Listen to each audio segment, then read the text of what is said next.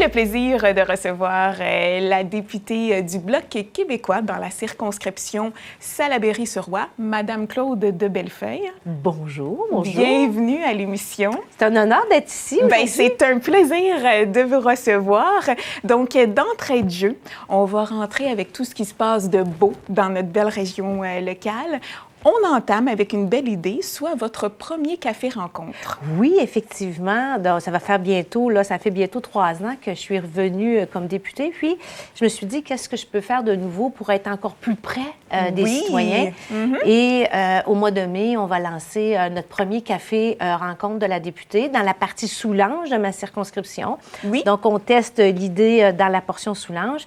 Et par la suite, on va se promener un peu partout dans la circonscription et sûrement, un beau café viendra dans la région de Beauharnois. Donc, les gens vont être invités tout simplement à venir jaser avec vous de différentes choses qui les intéressent et vous serez là pour répondre à leurs questions. Ça se passe dans un beau café de la région. J'aimerais qu'on en parle aussi parce qu'on encourage encore une fois nos entreprises locales. C'est important. Ça, on réserve un coin dans un café nouveau dans les Coteaux, dans une petite ville dans la partie Soulanges. Et chaque café, dans le fond, ça va être vraiment ad lib. Parce que, vous savez, il y a eu une grosse mode pendant la pandémie, on faisait des Facebook Live, des Facebook en direct. On essayait d'entrer en connexion, en lien avec notre monde. Mais là, ça va être vraiment en personne. Alors, on va accueillir les gens avec un bon café, un petit peu de quoi manger. Puis, on va jaser ensemble une bonne heure et demie sur tous les sujets qui les intéressent. Une superbe idée géniale. Ensuite de ça, tu sais que c'est pas les idées qui manquent. Ah non, c'est certain. Je suis entourée d'une... Je vous suis. Je suis entourée d'une belle équipe. Et puis, depuis ma réélection en 2019, on organise chaque année, on appelle ça notre cérémonie des nouveaux arrivants. Oui. Alors, toutes les personnes qui se sont ajoutées dans la circonscription, qui proviennent d'un autre pays, mais qui ont obtenu enfin leur citoyenneté, on les invite à une cérémonie de citoyenneté. À mon bureau, on les reçoit avec un cocktail, une belle cérémonie, une attention pour leur dire bienvenue, bienvenue de venir chez nous, bienvenue de venir contribuer, bienvenue d'avoir choisi aussi la circonscription de Salaberry-sur-Roi et leur faire comprendre qu'un bureau de député, c'est fait pour être visité. Une députée, c'est fait pour être rencontrée. Alors, leur présenter nos services et aussi rencontrer les maires qu'on invite à cette cérémonie-là pour entrer en contact avec leurs nouveaux citoyens, souvent, qui n'ont pas eu la chance de rencontrer. Ça, c'est un moment... J'y tenais beaucoup, là. Puis, depuis, on en a fait 2. La pandémie nous a freinés. Oui. Et la comment prochaine... ça s'est passé? Comment les gens reçoivent ça? C'est tellement le fun. C'est chaleureux. Les gens sont contents. Pour certaines personnes de certains pays, il y a une distance hiérarchique dans leur pays entre les élus et les citoyens. Et là, ce qu'on leur fait comprendre, c'est qu'ici, au Québec, en tout cas, la députée du Bloc québécois dans Salaberry-sur-Roi, elle tient à être proche de son monde. Il n'y a pas de distance à avoir. Donc, leur dire qu'il y a une proximité avec les élus ici. Alors, les gens ont beaucoup, beaucoup apprécié. Ils viennent avec leurs enfants, leurs conjoints. Alors, c'est une belle fête de famille pour célébrer leur citoyenneté, mais aussi les accueillir chez nous, dans notre circonscription. Oui, et même de faire des échanges avec d'autres pour, se lier d'amitié ou faire autre chose par la suite. Puis la plupart des gens, tu sais, quand ils arrivent, ils sont déjà francisés, parce que ça fait avoir une citoyenneté canadienne, là, ça prend de la patience, c'est à peu près entre 5 et 7 ans. Donc, quand même, les gens ont eu le temps d'apprendre le français, de se familiariser. Voilà. Donc, il y a des gens de toute origine et c'est vraiment, vraiment, vraiment enrichissant, tant pour moi que pour eux, par les échanges qu'ils ont lors de cette journée-là. Alors, ce sera à la mi-juin. La date n'est pas encore déterminée, mais c'est toujours un mercredi avant la fête nationale, autour de ça, là. Donc ça, pour moi, c'est un grand bonheur d'organiser cet événement-là. Oui, et je trouve ça bien que vous ayez pris le temps aussi de préciser que les députés sont accessibles parce que c'est souvent ce qu'on se demande. Même les gens ici pensent toujours que c'est un peu compliqué d'avoir accès à nos députés, mais ils sont là, sont disponibles. C'est ce qu'on nous disait, nous, de la plupart. Donc, de préciser, allez les voir, sont là pour vous. Mais tu sais que tu as raison de le dire, par exemple, que le plus grand travail d'une députée, oui, on siège à la Chambre des communes. Oui, on débat, on a un rôle de législateur. Mais le plus gros de notre travail, c'est d'aider les citoyens de notre circonscription. Voilà. Il faut vraiment être mal pris, puis plus savoir où aller quand tu décides d'appeler au bureau de ta députée, parce que là, les gens qui nous appellent, c'est des gens désespérés. Ils ont cogné à plein de portes, pas de porte ouverte. Ils ont essayé de parler à quelqu'un, à une voix humaine, pas capable de rejoindre une personne au téléphone. Certains n'ont pas l'Internet, donc tout ce qui est service en ligne. Et là, ils viennent chez nous, puis ils n'en reviennent pas. Ils disent, mais là, je savais pas que dans un bureau de député, on pouvait faire débloquer mon chèque d'allocation familiale, qu'on pouvait faire devancer mon chèque d'assurance chômage. Je savais pas que ce que l'impôt me réclame, que je dis que ça n'a pas de bon sens, être capable de défendre mon dossier, obtenir gain de cause. Et moi, dans tout mon travail, dans mon travail, ce que j'aime le plus, c'est faire la différence dans la vie des gens.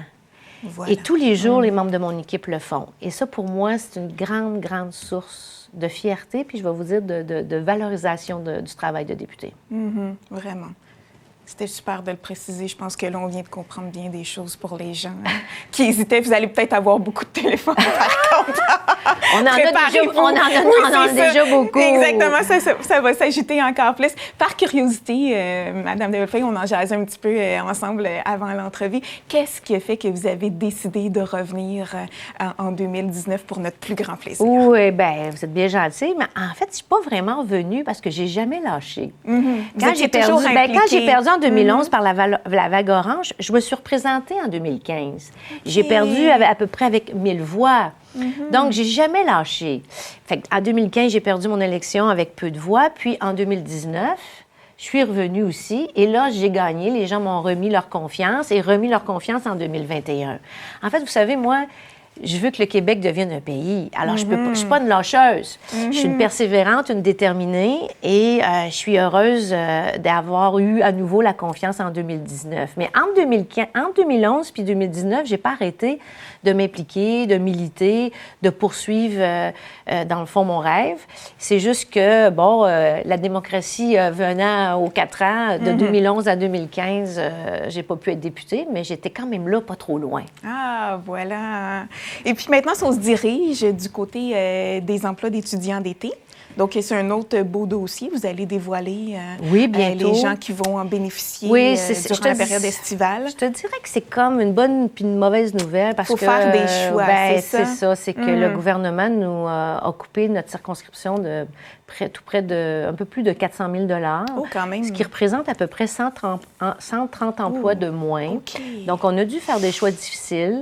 Alors, on s'est concentré sur la jeunesse. On a mis des priorités sur les jeunes, les organismes qui travaillent auprès des jeunes, les camps de jour, pour mettre une priorité, puis aussi une priorité sur les petits producteurs bio qui ont besoin de main-d'œuvre et puis qu'un étudiant peut leur donner un peu de souffle. Donc, on a dû faire des choix difficiles. On ne comprend pas le gouvernement, bien franchement. Dans un moment inflationniste où une récession est peut-être à notre porte. Pourquoi choisir cette année-ci pour nous revenir au même montant d'il y a 3 ans sans indexation?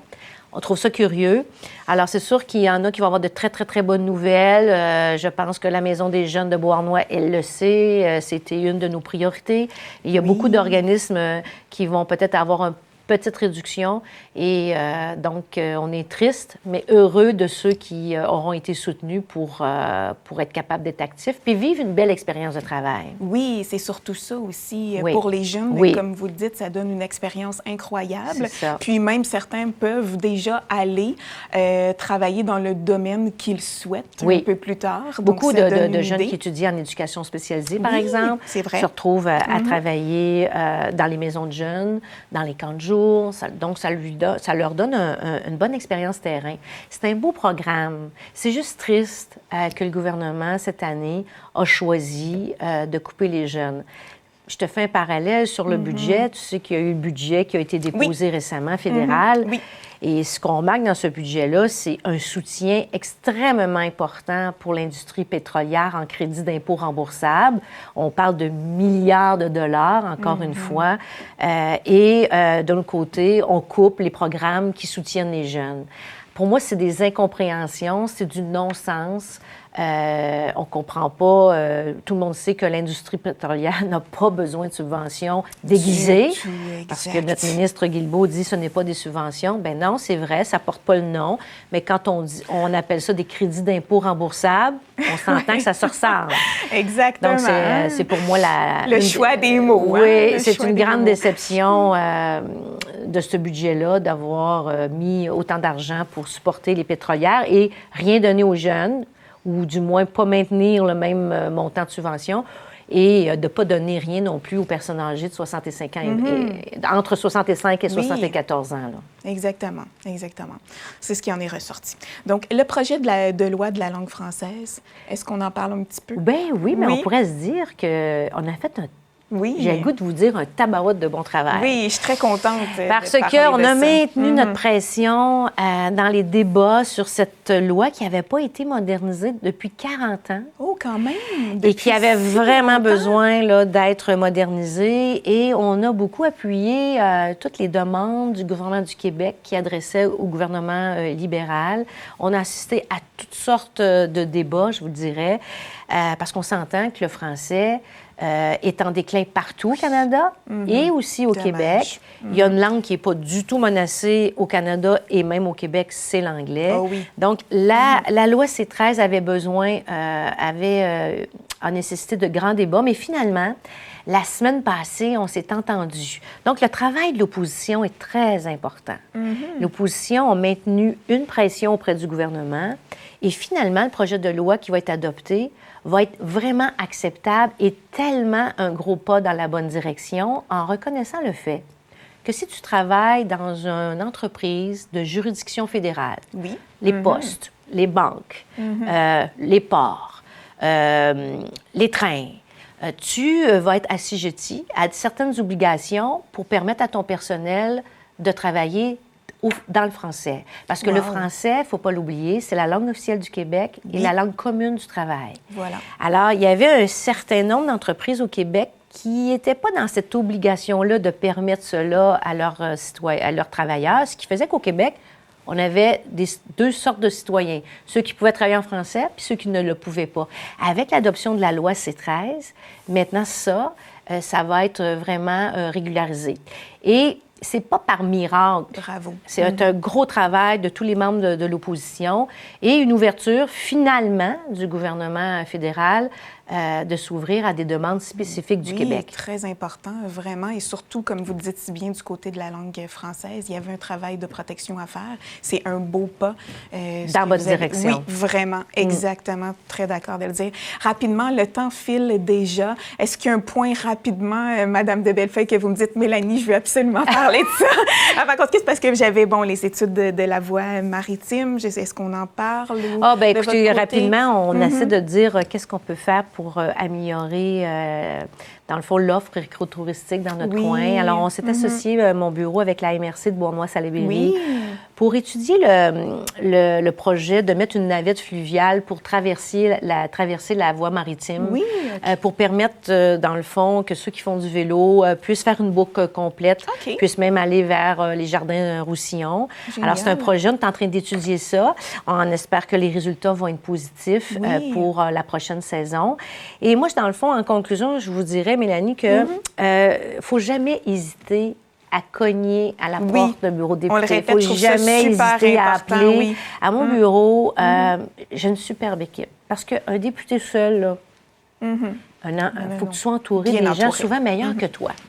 Et moi, j'ai une fabuleuse équipe et les gens sont contents. Donc, de ne pas oublier, quand on est un peu mal pris ou on ne sait pas trop comment s'orienter, on appelle au bureau de sa députée, Claude de Bellefeuille.